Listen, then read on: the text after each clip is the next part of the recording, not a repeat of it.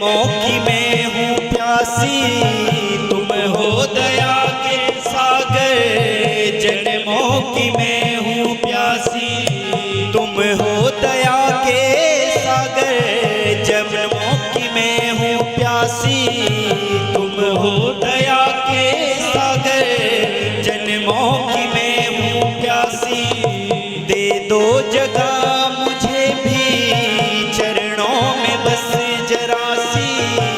दे दो जगह मुझे भी चरणों में बस जरा सी। दे दो मुझे भी चरणों में बस जरा सी। दे दो जगह मुझे भी चरणों में बस जरा सी। सुबह तुम ही हो, तुम ही सुबह तुम ही हो, तुम ही हो शाम मुरली वाले। मुझे चरणों से लगा ले मेरे श्याम मुरली वाले। मुझे चरणों से लगा ले मेरे श्याम मुरली वाले। मेरी श्वास श्वास में तेरा, मेरी श्वास श्वास में तेरा, मेरी श्वास श्वास में तेरा, मेरी श्वास श्वास में तेरा है नाम मुरली वाले। मुझे चरणों से लगा ले मेरे श्याम मुरली वाले। मुझे चरणों से लगा ले मेरे श्याम मुरली वाले।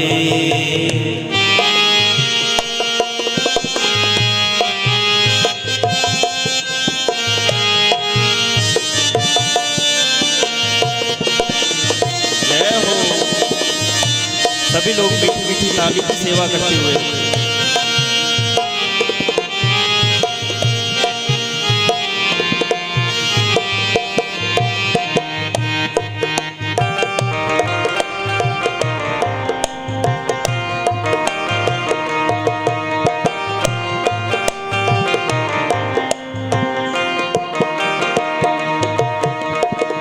पतझड़ है मेरा जीवन बन के फुहार आजा।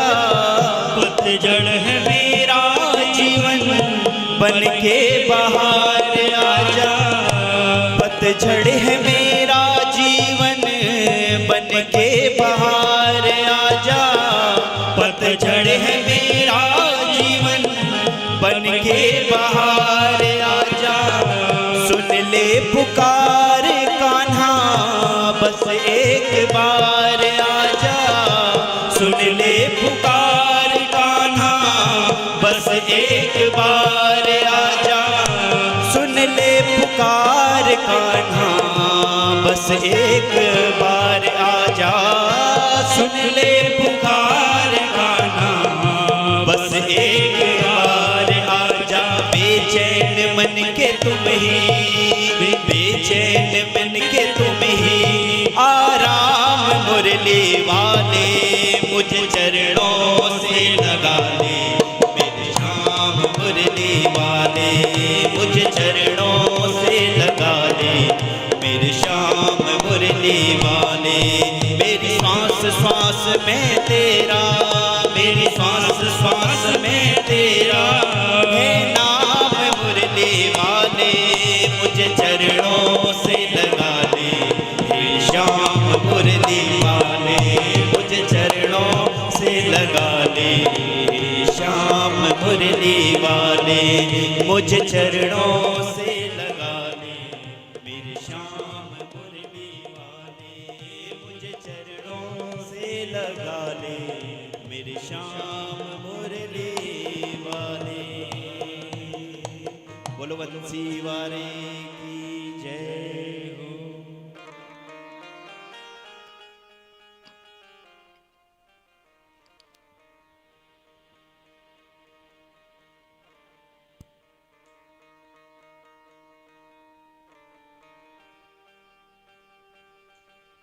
तो आइए,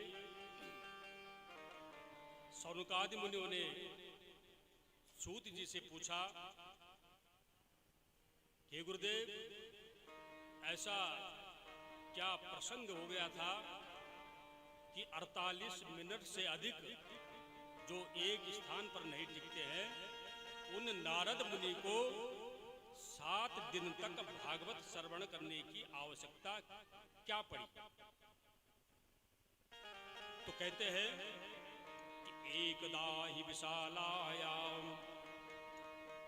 चत्वारः ऋषयो मलाः सत्संगार्थ समायाता ददृस्तत्र नारदाः। कि एक समय की बात है, विशालायाम बद्रीनारायण क्षेत्र में हम सभी लोग भाग्यशाली हैं कि हमारा जन्म या हमारा संबंध उत्तराखंड बद्री विशाल धाम से है। तो उत्तराखंड में जन्म लेना भी एक बड़े पुण्य की बात है।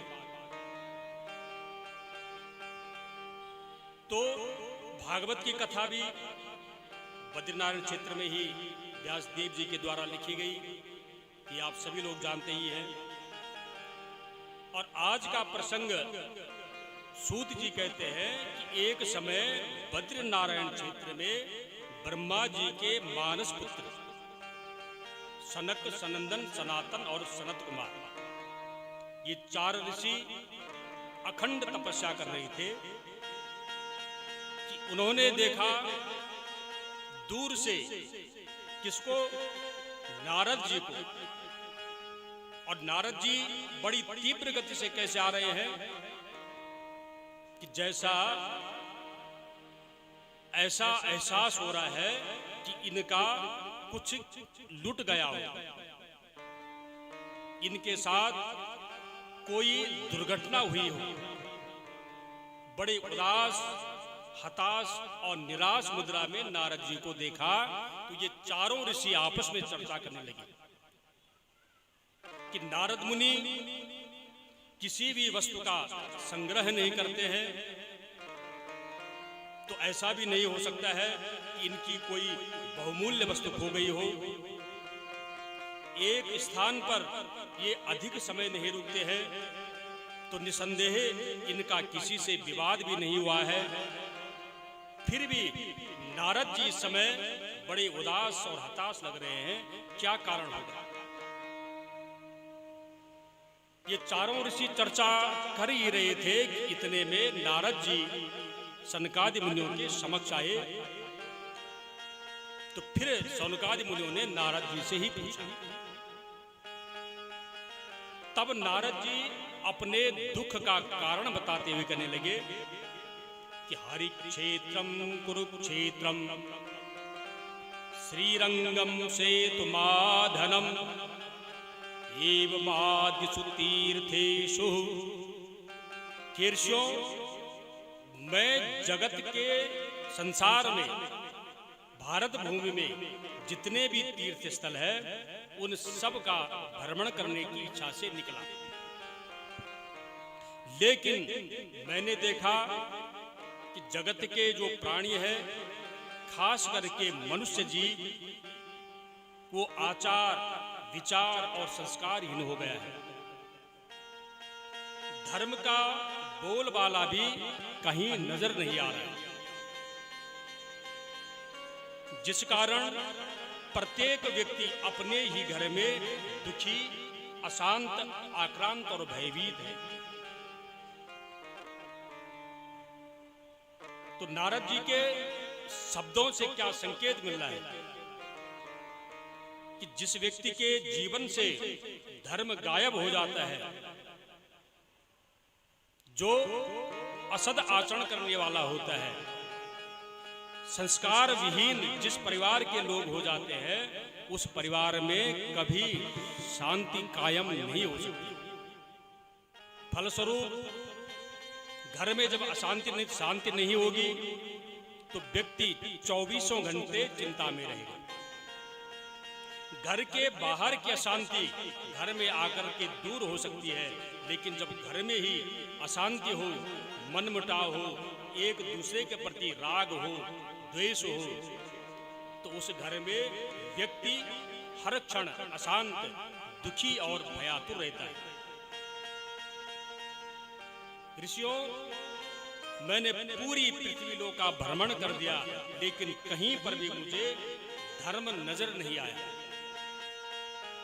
एक दूसरे के प्रति आत्मीय भाव नहीं है, और यदि कहीं आत्मीय भाव नजर भी आता है तो उसमें आत्मीय भाव कम और स्वार्थ अधिक दिखता है।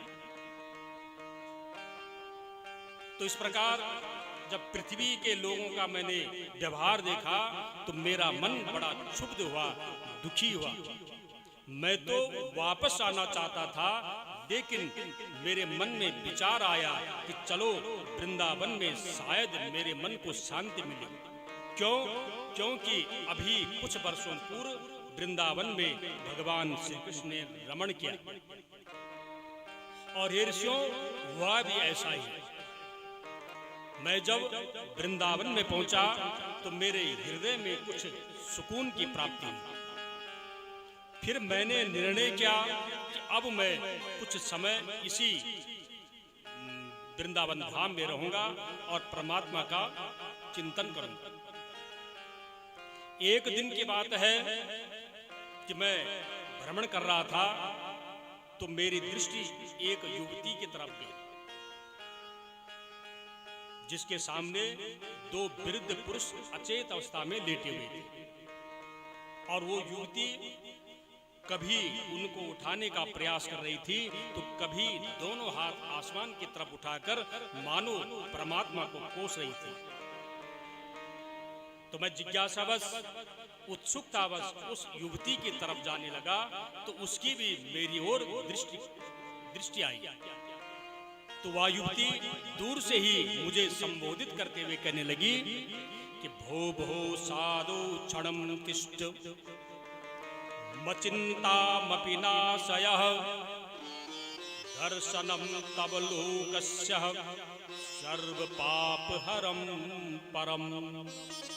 हे साधु, हे महापुरुष, रुको रुको, मेरी चिंता को दूर करो। और उसने कहा कि आप महापुरुष हैं, संत पुरुष हैं, और मुझे विश्वास है कि संत पुरुषों के दर्शन से पाप का शमन होता है, कष्ट का शमन होता है। आप संयोगवश मेरी ओर आ ही रहे हैं तो मेरे दुखों का भी शमन करो। तो नारद जी ने पूछा कि काशित्वं का विमोचे माह नार्यः का पद्मलोचनः वद देवी सविस्तारम स्वस्य दुखस्य कारणम। पूरा परिचय लिया और फिर कहा कि आपके दुख का कारण क्या है, मुझे बताओ। तो तब अपना परिचय उसने दिया कि मैं भक्ति हूं, और जिन्हें आप वृद्ध पुरुष समझ बैठे हैं ये मेरे दो पुत्र हैं, एक का नाम ज्ञान है और एक का नाम वैराग्य है। तो नारद जी आश्चर्यचकित होकर कहने लगे कि देवी, आपकी उम्र तो अभी 16-17 साल की युवती के समान लग रही है, जबकि ये दोनों पुरुष बहुत वृद्ध प्रतीत होते हैं। ऐसा कैसे संभव हो सकता है? तो भक्ति ने कहा, महाराज आप सही कह रहे हैं, ऐसा संभव नहीं है, लेकिन मेरे पुत्र जो है उम्र में वृद्ध नहीं है, लेकिन काल योगेन जर्जरो, समय की प्रतिकूलता के कारण, कलयुग के दुष्प्रभाव के कारण, अधर्म के दुष्प्रभाव के कारण मेरे पुत्र काल योगेन माने समय से पहले वृद्ध हो गए। अब भागवत की कथा को यदि हम चिंतन के तौर पर अपनाएंगे तो हमारा जीवन निसंदेह परिवर्तित हो सकता है। ज्ञान और वैराग्य भक्ति के दो पुत्र हैं। यानी कि जिस व्यक्ति के जीवन में भक्ति फलीभूत होती है, जिसके भक्ति का आधार क्रम से ऊपर बढ़ता है, उत्तरोत्तर बढ़ता रहता है, उसके भीतर जो सुसुप्त ज्ञान और वैराग्य है वो जागृत होते हैं। वो बलिष्ठ होते हैं। वस्तुतः ज्ञान और वैराग्य हम सबके भीतर मौजूद है, लेकिन वो सुप्त अवस्था में है। और जब भक्ति फलीभूत होती है, भक्ति प्रसन्न होती है, तो उसके पुत्र भी युवान होते हैं, बलिष्ठ होते हैं, प्रसन्न होते हैं। अब ज्ञान किसे कहते हैं? ज्ञान को भी तीन तरह से परिभाषित कर सकते हैं। जैसा एक तो होता है पुस्तकीय ज्ञान,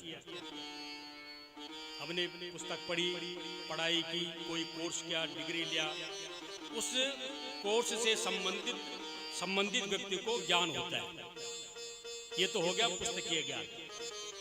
एक होता है व्यावहारिक ज्ञान। व्यावहारिक ज्ञान क्या होता है या क्या होना चाहिए कि हमें इतनी समझ होनी चाहिए कि अमुक व्यक्ति के साथ क्या व्यवहार करना चाहिए, अमुक व्यक्ति के साथ क्या व्यवहार करना चाहिए, छोटों के साथ क्या व्यवहार करना चाहिए, बड़ों के साथ कैसा व्यवहार करना चाहिए। ये हो गया व्यावहारिक ज्ञान। तीसरा होता है मुख्य तौर पर जिसको कहते हैं आत्मज्ञान।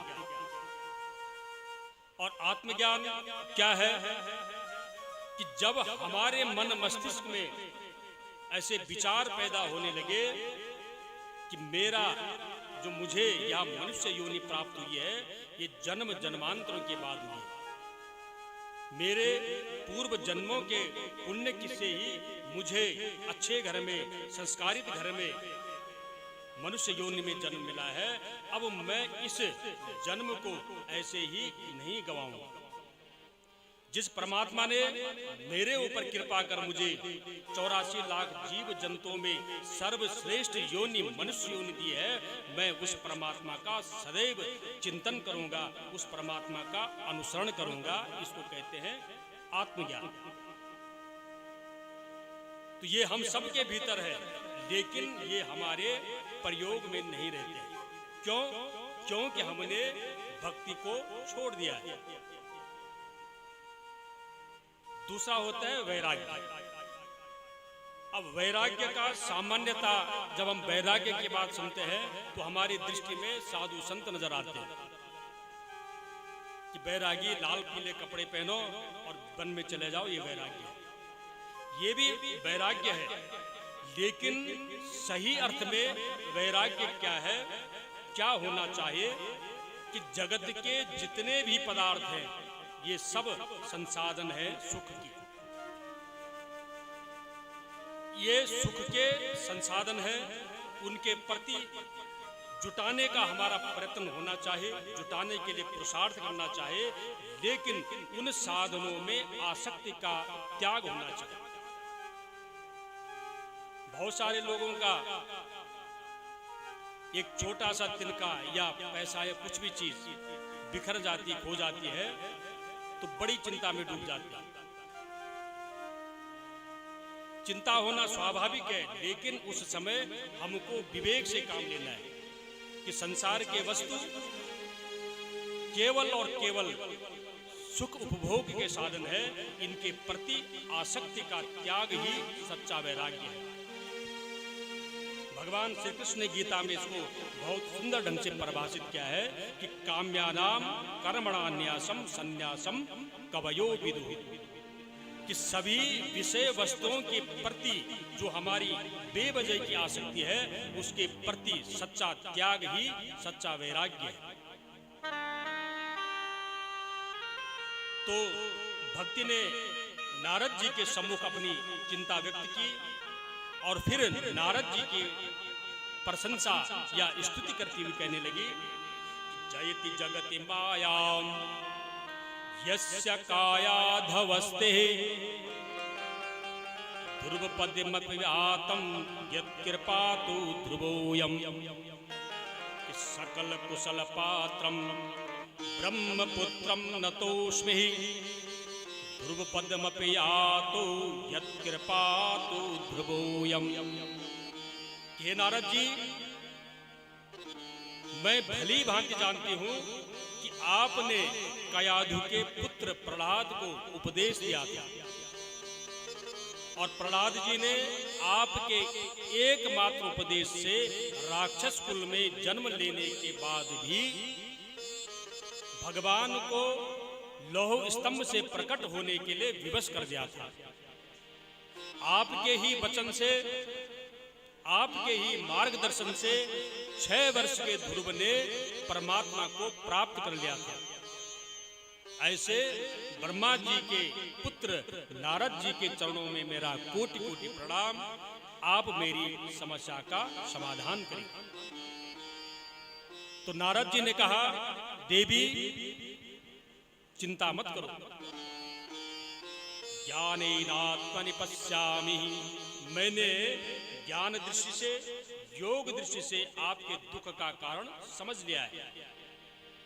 तुम्हारे पुत्र ज्ञान और वैराग्य इसीलिए वृद्ध हो गए हैं कि जगत में इनका तिरस्कार हो रहा है। लोग भक्ति तो करते हैं लेकिन ज्ञान और वैराग्य के रहित करते हैं।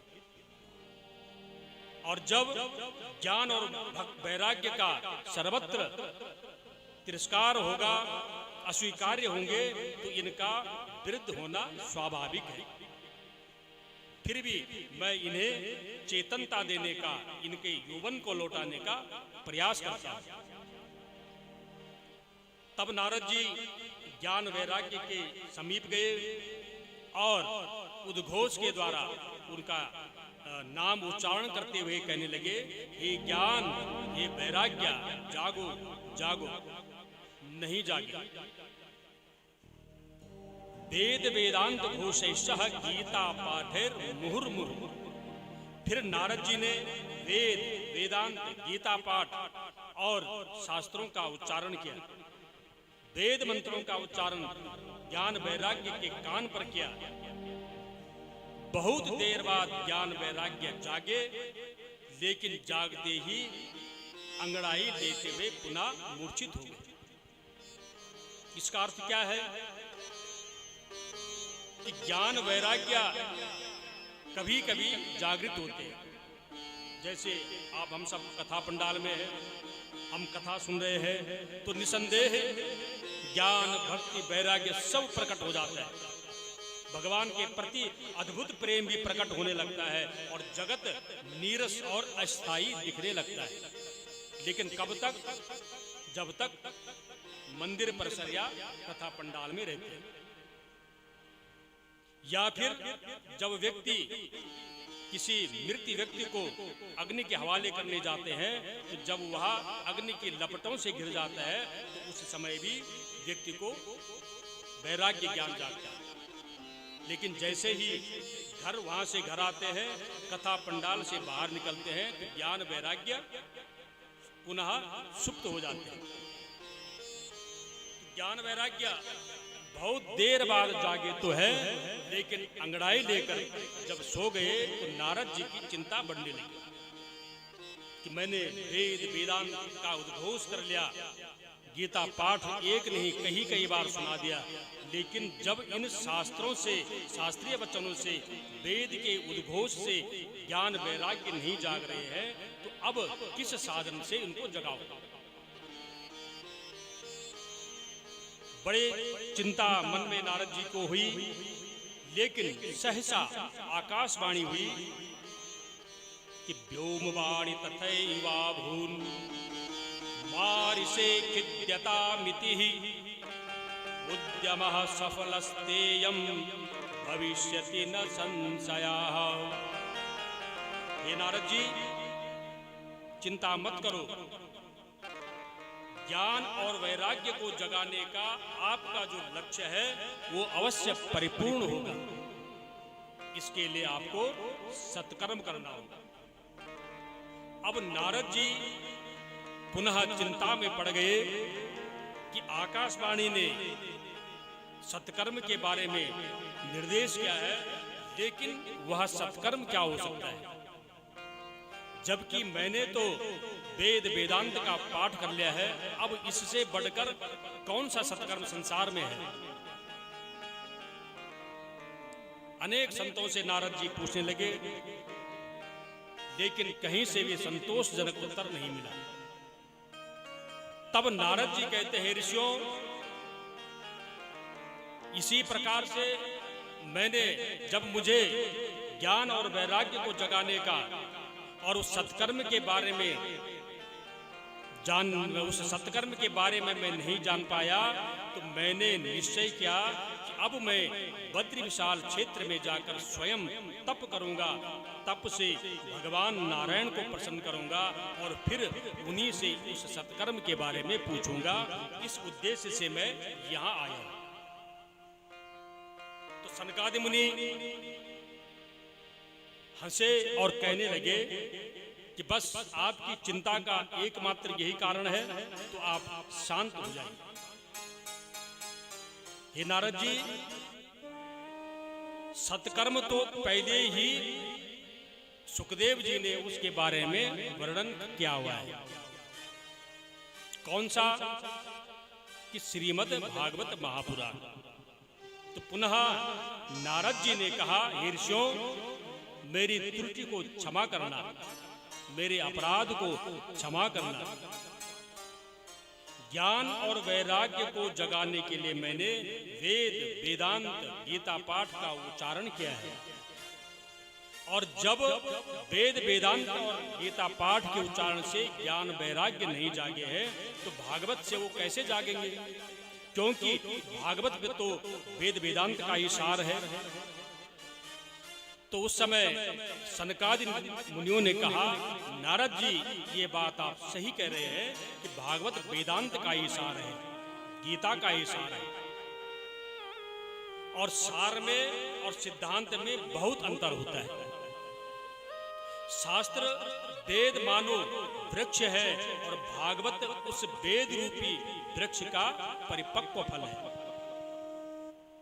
अब जैसे फल जो है पेड़ के रस से ही पल्लवित होता है या बनता है, लेकिन जो रस उस फल में होता है वह रस पेड़ के पत्तों से, तनों से, टहनियों से कभी भी प्राप्त नहीं किया जा सकता। और जब वो टहनी एक फल देते हैं तो एक विशिष्ट प्रकार का रस व्यक्ति को, जीव जंतु को प्राप्त होता है। तो नारद जी, भागवत वेदांत का सार है, इसलिए तुम भागवत का आश्रय लो, निसंदेह ज्ञान और वैराग्य भी जागृत होंगे। और जगत में जो जो व्यक्ति भी भविष्य में इस कथा का श्रवण करेगा, उन सब के पुण्य भी उदय होंगे, उन सब के रोग शोक दुख दूर होंगे और वह मोक्ष का अधिकारी बन जाएगा।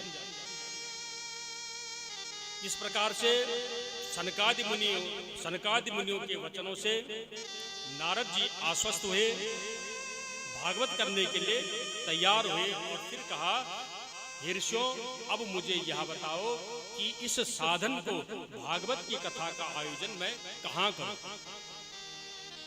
तो उस समय सनकादि मुनियों ने निर्देश किया कि गंगा द्वार समीपे तु तटमानंद नामकम।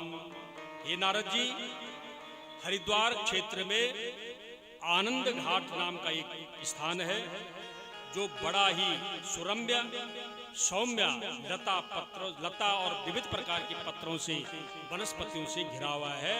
आप उस स्थान पर बिना किसी मेहनत के, बिना किसी अधिक संसाधनों के इस कथा का आयोजन करो। तत्पश्चात सूत जी कहते हैं, ऋषियों, स्वयं सनकादि मुनि नारद जी को इस कथा को श्रवण कराने आए। और जब विविध ऋषि मुनि और देवी देवताओं को ज्ञात हुआ कि सनकादि मुनि नारद जी को ज्ञान वैराग्य को जगाने के लिए भागवत की कथा का आयोजन कर रहे हैं, तो सभी लोग दौड़े दौड़े हरिद्वार क्षेत्र की ओर आने लगे। तत्पश्चात नारद जी ने सनकादि मुनियों को उच्च आसन पर बिठाया और मुख्य श्रोता के रूप में सबसे आगे बैठ गए। प्रारंभ में सनकादि मुनि हरि संकीर्तन करते हुए कहने लगे कि हरि शरणम, हरि शरणम, हरि शरणम, हरि शरणम, हरि शरणं हरि शरणं हरि शरणं हरि शरणं हरि शरणं हरि शरणं हरि शरणं हरि शरणं हरि शरणं हरि शरणं हरि शरणं हरि शरणं श्री कृष्ण गोविंद हरे मुरारी हे नाथ नारायण वासुदेवा श्री कृष्ण गोविंद हरे मुरारी हे नाथ नारायण वासुदेवा श्री कृष्ण गोविंद हरे मुरारी हे नाथ नारायण वासुदेवा हे नाथ नारायण वासुदेवा हे नाथ नारायण वासुदेवा हे नाथ नारायण वासुदेवा श्री कृष्ण गोविंद हरे मुरारी हे नाथ नारायण वासुदेवा श्री कृष्ण गोविंद हरे मुरारी हे नाथ नारायण वासुदेवा। बोले वृंदावन बिहारी लाल की जय श्रीमद् भागवत महापुराण की जय सनकादि मुनियों ने भगवान का हरि संकीर्तन करवाया और प्रारंभ में कहने लगे कि सदा सेव्या श्रीमद् भागवती कथा यस्य श्रवण मात्रेण जन्म संसार बंधनम कि सदा सेव्या कि हे जगत के लोगों, जब तक आपके शरीर में प्राण है अथवा प्राण रहेगा तब तक भागवत की कथा का यथाशक्ति सदा सदा श्रवण करना चाहिए। इससे क्या होगा? यस्य श्रवण मात्रेण, इस कथा श्रवण से जन्म संसार बंधन, जितने भी बंधन है, चाहे जन्म मरण का बंधन है या अन्य जीवन की कोई बाधा है, वो सब दूर हो जाएगा। कि दुख दारिद्र्य दौर्भाग्यम पापः प्रक्षालनाय चह, कि दुख को दरिद्रता को मिटाने वाली, यश को दिलाने वाली, मनोवांछित फल दिलाने वाली और मृत्यु के बाद मोक्ष दिलाने वाली यह श्रीमद् भागवत की कथा है। इसलिए जगत का जो समझदार व्यक्ति होगा उसे इस कथा का हमेशा हमेशा पान करना चाहिए। ये नारद जी, ये जो भागवत की कथा है, ये योग से, जप से, तप से, दान से और करोड़ों करोड़ों यज्ञ करने से भी ज्यादा फलदायी है। तो नारद जी ने कहा, हे गुरुदेव, इस भागवत में इतनी ताकत, इसकी महिमा, ये भागवत इतनी शक्तिशाली कैसे हुई, कृपया हमें यह भी बताओ। तो सनकादि मुनि कहते, ऋषियों, भगवान श्री कृष्ण जब 125 वर्ष की आयु पूर्ण कर इस धराधाम को छोड़कर वैकुंठ लोग जा रहे थे, तो उस समय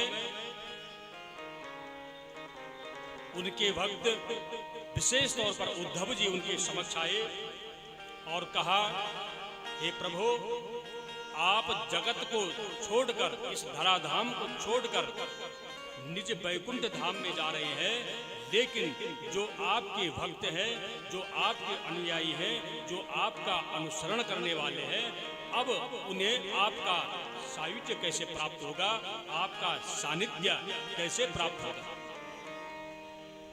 तो उस समय भगवान ने कहा था, हे उद्धव, मैं इस पंच भौतिक शरीर को तो समेट रहा हूं, लेकिन मेरी जो शक्ति है, मेरा जो ओज है, मेरा जो तेज है, वो मैं आज भागवत रूपी समुद्र में इसको प्रवाहित कर रहा हूं, या भागवत रूपी समुद्र में इसे परिवर्तित कर रहा हूं। अर्थात भागवत की कथा ये कोई साधारण ग्रंथ मात्र नहीं है, धर्म पुराण मात्र नहीं है। भागवत की कथा भगवान की भगवान का वांगमयी स्वरूप है। तो सनकादि मुनियों ने भागवत का महात्म्य नारद जी को सुनाया। फलस्वरूप वृंदावन में जो ज्ञान और वैराग्य मूर्छित अवस्था में पड़े हुए थे, उनकी यौवन अवस्था लौट गई। भक्ति देवी बड़ी प्रसन्नता के साथ आकाश मार्ग से अपने दोनों पुत्रों को लेकर हरिद्वार में पहुंची और सनकादि मुनियों के समक्ष उनकी स्तुति करने लगी और कहने लगी, हे ऋषिवर, आपके वचनों से, आपकी वाणी से, भगवत कृपा से मेरे पुत्र जो ज्ञान और वैराग्य समय से पहले वृद्ध हो चुके थे, आपने इन्हें पुनः यौवन अवस्था लौटा दी है। आपका मैं किन शब्दों में साधुवाद करूं, कैसे मैं आपका धन्यवाद अदा करूं। अब मुझे ये भी बता दो कि मैं कहां रहूं, मुझे कहां निवास करना चाहिए। तो उस समय सनकादि मुनियों ने कहा, हे देवी, भगवान का यह वचन है कि आप जिस के हृदय में रहोगी, मैं वहां अवश्य आऊंगा। अर्थात आपको आज से भगवान के उन भक्तों की जो भगवान की कथा का श्रवण करते हैं, लीलाओं को सुनते हैं, भगवान का अनुसरण करते हैं, आप उन सभी के हृदय में निवास करें। तत्पश्चात भक्ति वहां से अदृश्य हुई। नारद जी ने पुनः शंका की, नारद जी ने पुनः जिज्ञासा व्यक्त की, हे गुरुदेव, ये तो बड़ा आश्चर्य घटनाक्रम हुआ है कि जिनको अभी अभी कुछ दिन पूर्व मैंने वृद्ध अवस्था में देखा था, आपकी वाणी से, भगवत कृपा से उन्हें यौवन अवस्था प्राप्त हो गई है। अब मुझे विश्वास हो गया है कि निसंदेह भागवत की कथा परम तेजस्वी है, परम शक्तिशाली है। अब मुझे ये बताओ कि भागवत की कथा श्रवण करने से क्या अधम से अधम, पापी से पापी व्यक्ति भी पवित्र हो सकता है? तो तब सनकादि मुनियों ने कहा, नारद, निश्चित रूप से पापी व्यक्ति भी, अधम से अधम व्यक्ति भी भागवत की कथा से सद्गति को प्राप्त कर सकता है, उसका कल्याण भागवत से संभव है। कहने लगे कि ये मानवः पाप कृतस्तु सर्वदा सदा दुराचार रता विमार्गगाः। अर्थात हे नारद जी, ये मानवः माने जो मनुष्य सदा सदा पाप करने वाला क्यों न हो, दुष्ट कर्म करने वाला क्यों न हो, वो व्यक्ति भी यदि भागवत की शरण ले लेता है तो वह भी भागवत उसको भी पवित्र कर लेती है। अब इसका अर्थ ये नहीं है कि अब व्यक्ति पाप करता जाए और भागवत की कथा सुनता रहे। इसके मूल में यह है कि यदि व्यक्ति के द्वारा भूलवश अपराध हो जाए, भूलवश पाप हो जाए, भूलवश कोई अधर्म आचरण हो जाए, तो उसे भगवान की शरणागति लेनी चाहिए और भगवान से प्रायश्चित पूर्वक कहना चाहे कि प्रभु मेरे से जो अपराध हुआ है, मैंने जो पूर्व में पाप किया है, मैंने जो अधर्म का आचरण किया है, वो सब दूर हो जाए और मेरे ऊपर ऐसी कृपा करना कि अब आगे से मैं आचरणवान, संस्कारवान, धर्ममय जीवन व्यतीत कर सकूं। तो मूलतः भागवत पापी व्यक्ति को भी पाप से मुक्त करने वाली। दूसरा प्रश्न नारद जी ने कहा, क्या ये गुरुदेव आपने ये बात मुझे बताई है, क्या ऐसा कोई आपके पास उदाहरण है कि जिसका समग्र जीवन पापाचार में रहा हो, दुराचार में रहा हो और मृत्यु के बाद भागवत ने उसको मुक्त किया हो?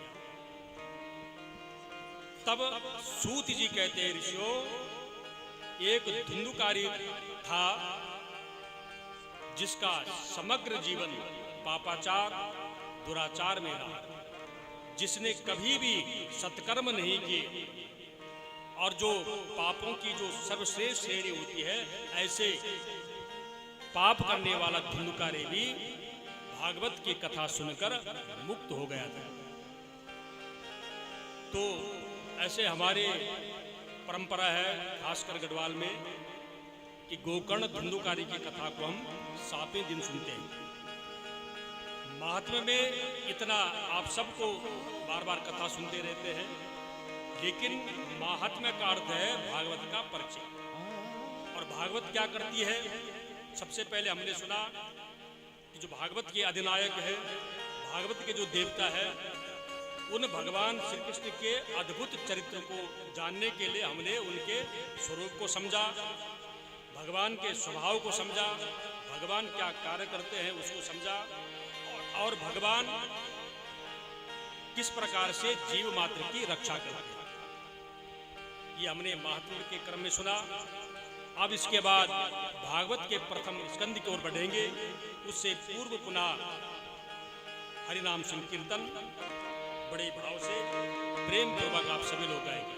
बोले वृंदावन बिहारी लाल की, श्रीमद् भागवत महापुराण की जय, विशाल धाम की, शंकर भगवान की जय। जय श्री राधे, जय जय श्री राधे। जगत के रंग क्या देखो, जगत के रंग क्या देखो, तेरा दीदार काफी है।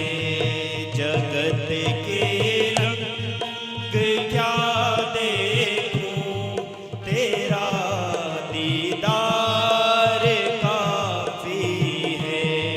करूं मैं प्यार किस किस से, करूं मैं प्यार किस किस से, तेरा एक प्यार काफी है, तेरा एक प्यार काफी है।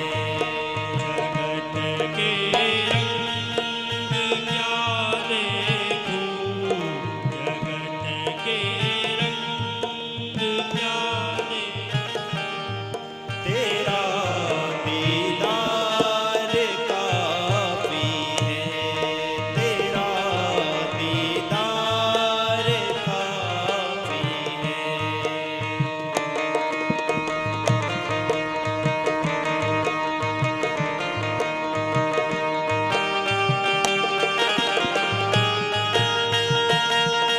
श्री राधे।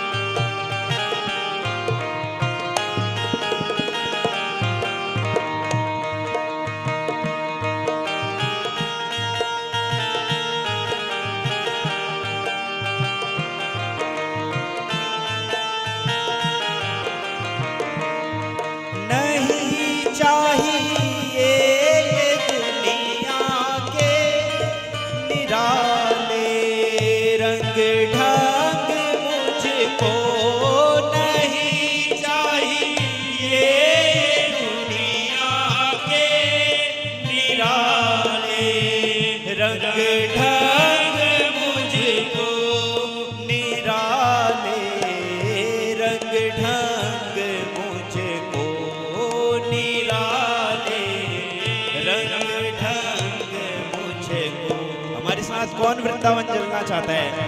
दोनों हाथ उठा के चले जाऊं मैं वृंदावन, चले जाऊं मैं वृंदावन, तेरा दरबार काफी है, तेरा दरबार काफी है। जगत के रंग क्या देखूं, जगत के रंग क्या देखूं, तेरा दीदार काफी है, तेरा दीदार काफी है। वृंदावन बिहारी लाल की, भागवत महापुराण की।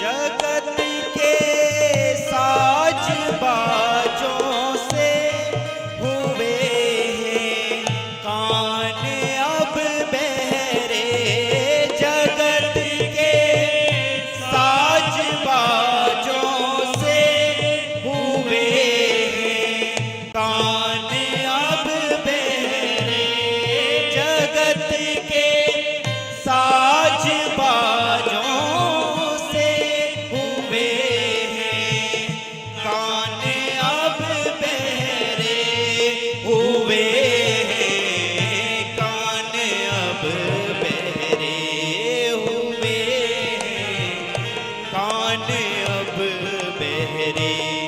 कहाँ जाके सुनो बंसी, कहाँ जाके सुनो बंसी, मधुर वो तान काफी है, मधुर वो तान काफी है।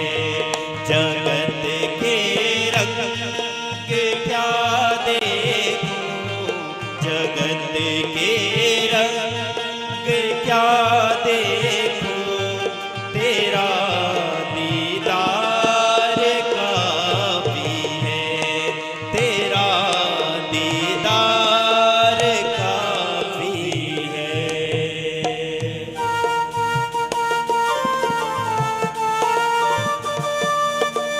जय हो।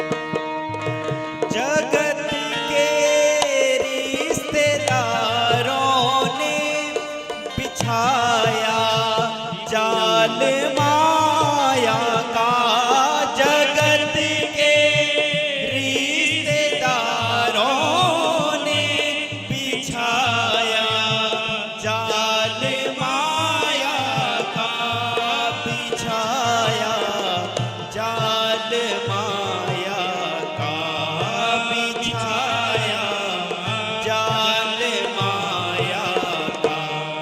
तेरे भक्तों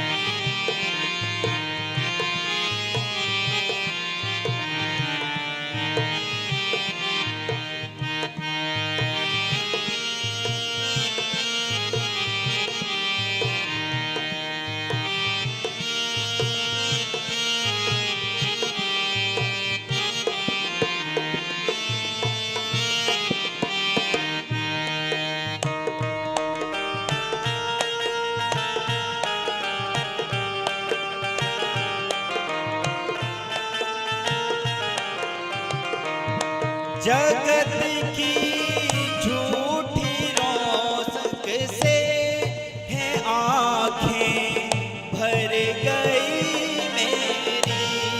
जगत की झूठी रौनक से है आँखें भर गई मेरी। जगत की झूठी रौनक से है आँखें भर गई मेरी। है आँखें भर गई मेरी। है आँखें भर गई मेरी। चले आओ मेरे मोहन, चले आओ मेरे मोहन।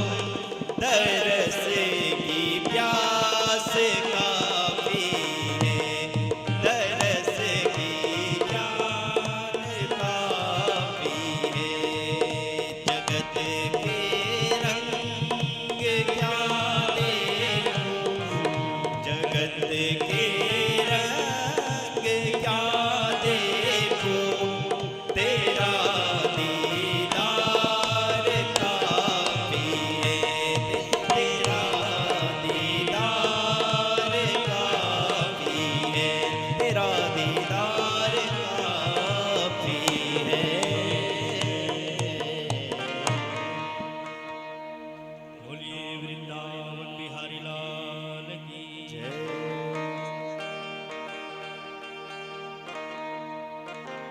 आइए, अभी हमने भागवत के महात्म्य यानी भागवत का परिचय समझा। इसके बाद भागवत का प्रथम स्कंद प्रारंभ होता है। भागवत के प्रथम स्कंद को अधिकार लीला का वर्णन कहा गया। अधिकार लीला यानी भागवत श्रवण का अधिकारी कौन है।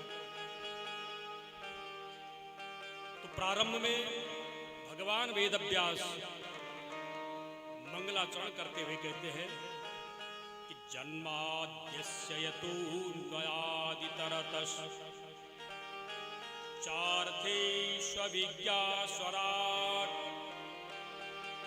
तेने ब्रह्महृदाय आदिकवये हुयन्ति यत्सूरयाः।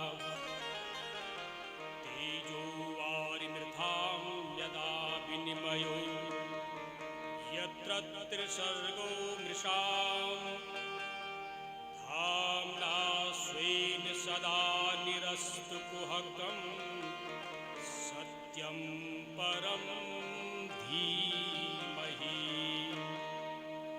सत्यं परं धीमहि।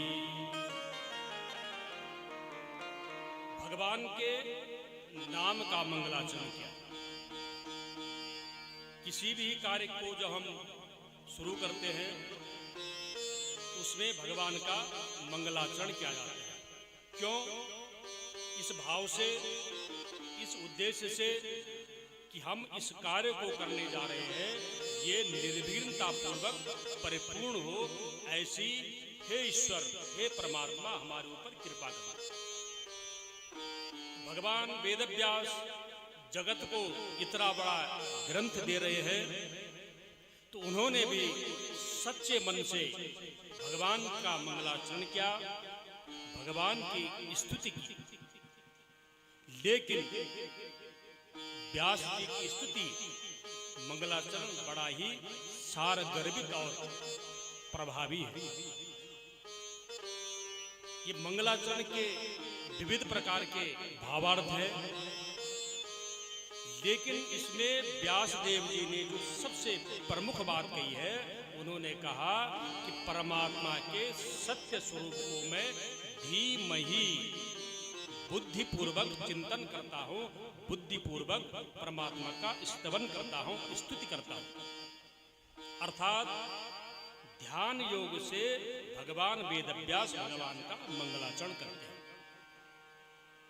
प्रारंभ में ही संकेत देते हैं कि भागवत कथा का लाभ जीवन में वही व्यक्ति उठा सकता है जो अपनी बुद्धि का, विवेक का ठीक प्रकार से प्रयोग कर पाएगा।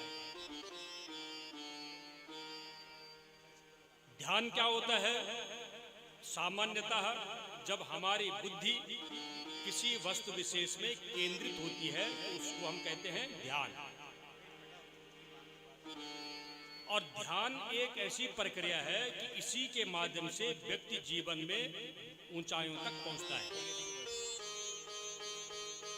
संसार का चाहे कोई भी कार्य हो, व्यावहारिक कार्य हो, पठन पाठन से संबंधित हो, उसमें ध्यान की आवश्यकता पड़ती है। उसी प्रकार से भक्ति में भी, योग में, जप में, तप में वही व्यक्ति सफलता हासिल करता है जो बुद्धि का प्रयोग करता है।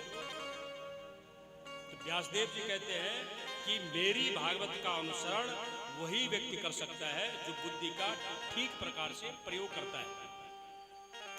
अन्यथा होता क्या है कि हम अन्य विषयों में, विषय वस्तु में तो बुद्धि का प्रयोग करते हैं, लेकिन जब भक्ति ज्ञान के बाद आती है तो हम बुद्धि का ठीक से प्रयोग नहीं करते। तो वस्तुतः भागवत का प्रथम अधिकारी वही है जो बुद्धि पूर्वक, यत्न पूर्वक परमात्मा की भक्ति करता है। दूसरे श्लोक को प्रस्तावना श्लोक कहा गया है, जिसमें बताया गया है कि भागवत का मुख्य विषय क्या है, भागवत में किस प्रकार की भक्ति का निरूपण किया गया है और भागवत का मुख्य धर्म क्या है। कि धर्मः प्रोचित तवोत्र परमो निर्वत्सराणां सताम् वेदं वास्तवमत्र वस्तु शिवदं तापत्र्योन्मूलनम्। कि भागवत का मुख्य धर्म है जीव मात्र का कल्याण। वो किस जाति का है, किस वर्ण का है, किस संप्रदाय का है, इससे ऊपर उठकर जीव मात्र का कल्याण करना भागवत का परम धर्म है। और दूसरा है कि निष्काम भक्ति, निष्काम निष्कपट भक्ति। भागवत में भक्ति का वर्णन क्या, इस प्रकार की भक्ति का निरूपण किया गया है कि जिसमें ना तो कोई कामना हो और ना ही कोई कपट हो। अर्थात भक्ति निष्काम भाव से और निष्कपट पूर्ण से होनी चाहिए, तभी भक्ति सिद्ध होती है। और चौथी, तीसरी मुख्य बात वेदव्यास निरूपित करते हैं कि निर्मत शरणाम सता। कि भागवत का सच्चा अधिकारी वह व्यक्ति है जिसका हृदय ईर्ष्या, राग और द्वेष से रहित होता है। और यदि व्यक्ति भगवान की भक्ति भी करता है और जगत के लोगों के प्रति, अपने व्यवहार में संबंधियों के प्रति, सहयोगियों के प्रति ईर्ष्या और द्वेष रखता है, तो वेदव्यास कहते हैं कि वैसे व्यक्ति की भक्ति से भगवान कभी भी प्रसन्न नहीं होते।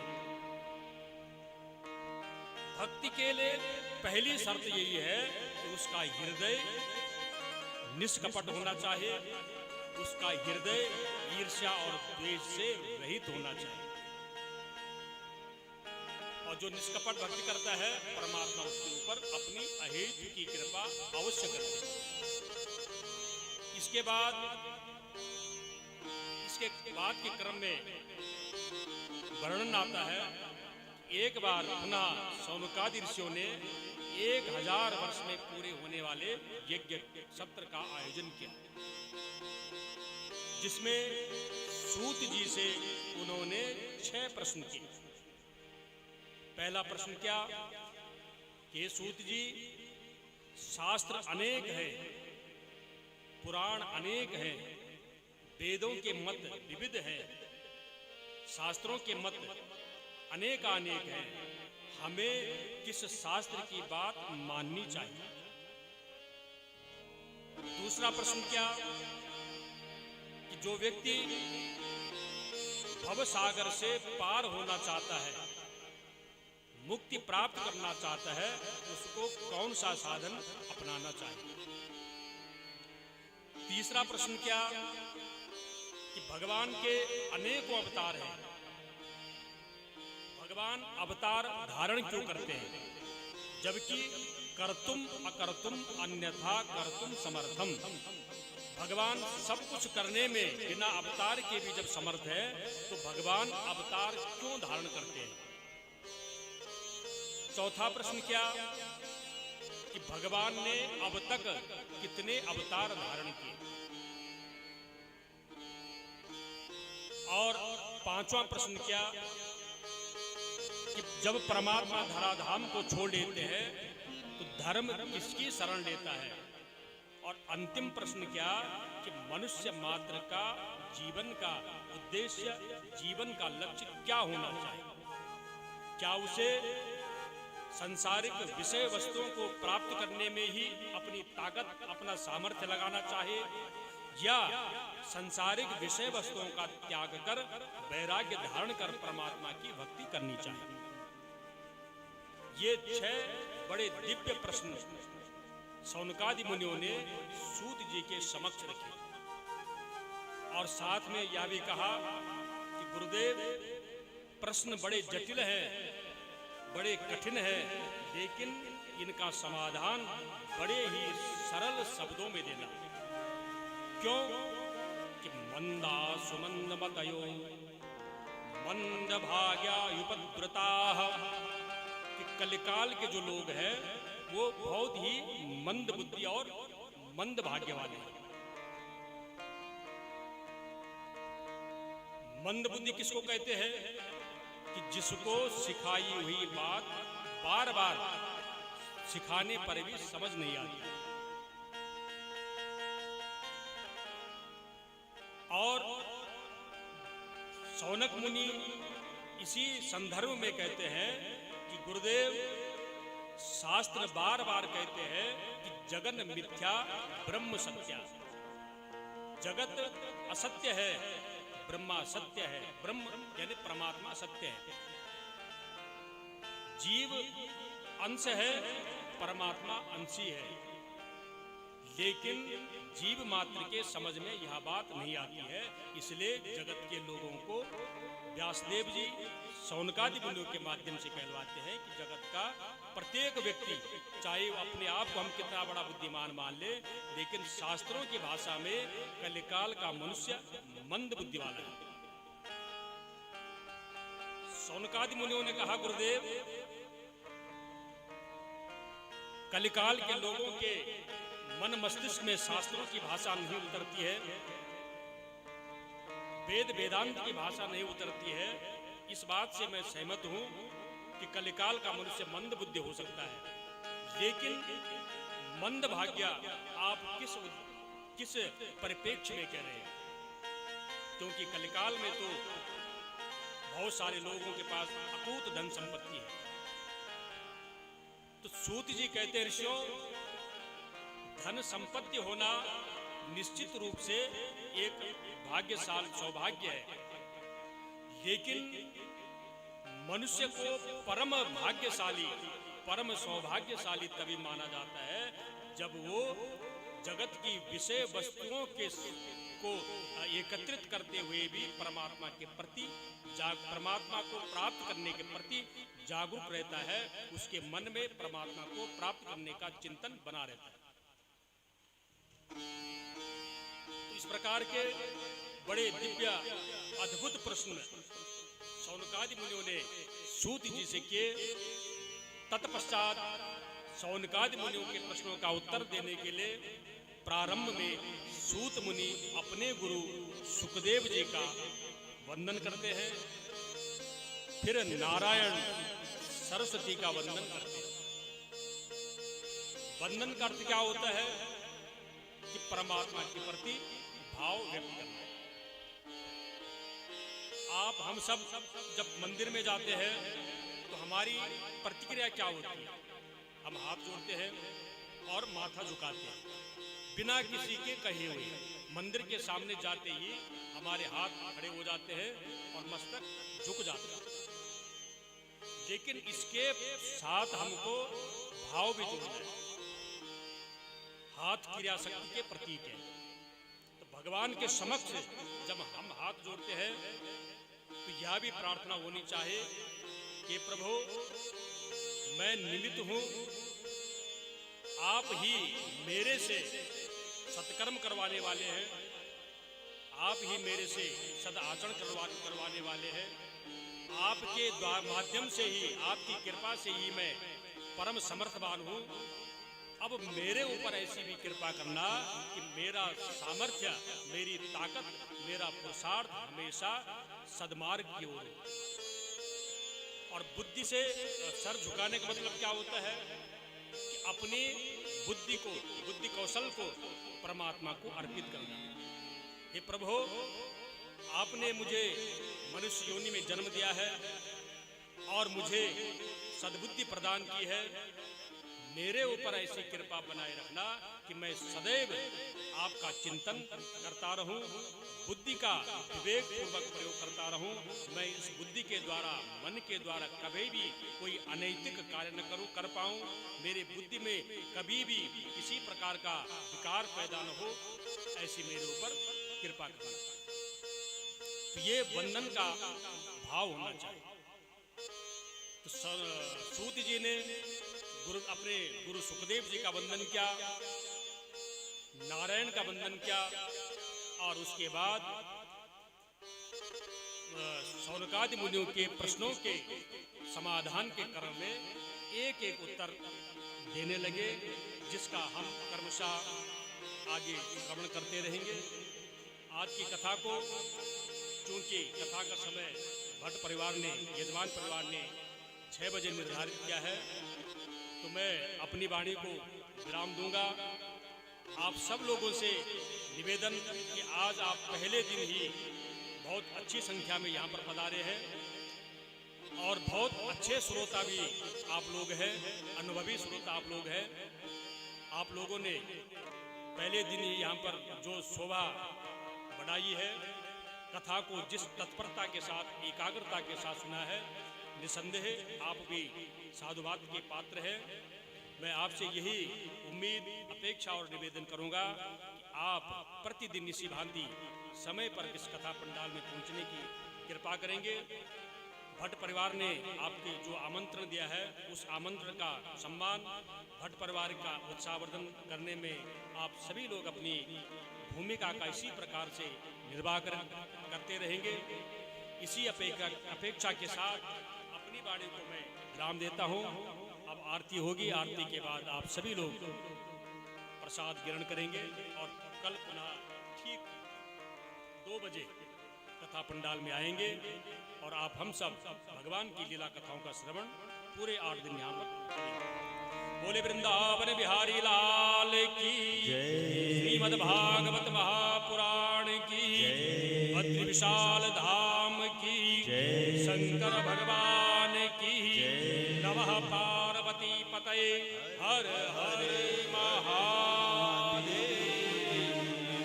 ओम ज्वालामालिन्ये नमः, रत्नेश्वर्ये नमः। सर्वोपचारार्थे गंधाक्षतपुष्पाणिं समर्पयामि। सभी लोग अपने अपने स्थान पर खड़े हो जाएं।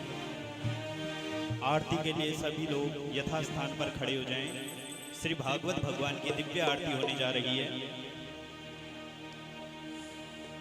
गौ आरती, गौ आरती, गौ आरती, गौ आरती, गौ आरती, गौ आरती, गौ आरती, गौ आरती। श्री भागवत भगवान की है आरती, श्री भागवत भगवान की है आरती। पापियों को पाप से है तारती, श्री भागवत भगवान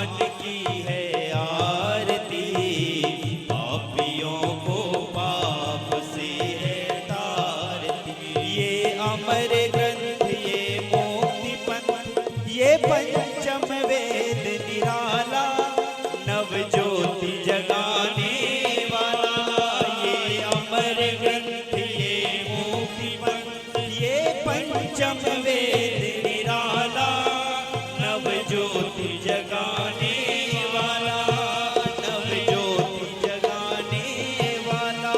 हरि नाम यही, हरि नाम यही, हरि नाम यही, घनश्याम यही, हरि नाम यही, हरि नाम यही, हरि नाम यही, हरि नाम यही। यह जगमंगल की आरती, पापियों को पाप से है तारती। श्री भागवत भगवान की है आरती, पापियों को पाप से है तारती। गौ आरती, गौ आरती, गौ आरती, गौ आरती, गौ आरती, गौ आरती, गौ आरती, गौ आरती। ये शांति गीत पावन पुनीत, पापों को मिटाने वाला, हरि दर्श कराने वाला। ये शांति गीत पावन पुनीत, पापों को मिटाने वाला, हरि दर्श कराने वाला, हरि दर्श कराने वाला। यह सुख करणी ये दुख हरणी, यह सुख करणी ये दुख हरणी, ये सुख करणी ये दुख हरणी, ये सुख करणी ये दुख हरणी। श्री मधुसूदन की आरती, पापियों को पाप से है तारती। श्री भागवत भगवान की है आरती, पापियों को पाप से है तारती। गौ आरती, गौ आरती, गौ आरती, गौ आरती, गौ आरती, गौ आरती, गौ आरती, गौ आरती। ये मधुर बोल जगपंथ खोल, सन्मार्ग दिखाने वाला, बिगड़ी को बनाने वाला। ये मधुर बोल जगपंथ खोल, सन्मार्ग दिखाने वाला, बिगड़ी को बनाने वाला। श्री राम यही, घनश्याम यही, श्री राम यही, घनश्याम यही, हनुमान यही, प्रहलाद यही, हनुमान यही, प्रहलाद यही। यह प्रभु महिमा की आरती, पापियों को पाप से है तारती। श्री भागवत भगवान की है आरती, पापियों को पाप से है तारती। श्री भागवत भगवान की है आरती, पापियों को पाप से है आरती। कर्पूर गौरम करुणावतारम, संसार सारम भुजगेन्द्रहारम, सदा वसन्तं हृदयारविन्दे भवं भवानी सहितं नमामि। नीलाम्बुजश्यामलकोमलाङ्गं, सीतासमारोपितवामभागं, पाणौ महासायकुचारुचापं, नमामि रामं रघुवंशनाथं। मनोजवं वारुततुल्यवेगं, जितेन्द्रियं बुद्धिमतावरिष्ठं, वातात्मजं वानरयूथमुख्यं, श्रीरामदूतं शरणं प्रपद्ये। देवी प्रपन्नार्ति हरे प्रसीद, प्रसीद माता जगतोऽखिलस्य, प्रसीद विश्वेश्वरि पाहि विश्वं, त्वमीश्वरी देवी चराचरस्य। हरे राम राम राम हरे हरे, हरे कृष्ण कृष्ण कृष्ण हरे हरे।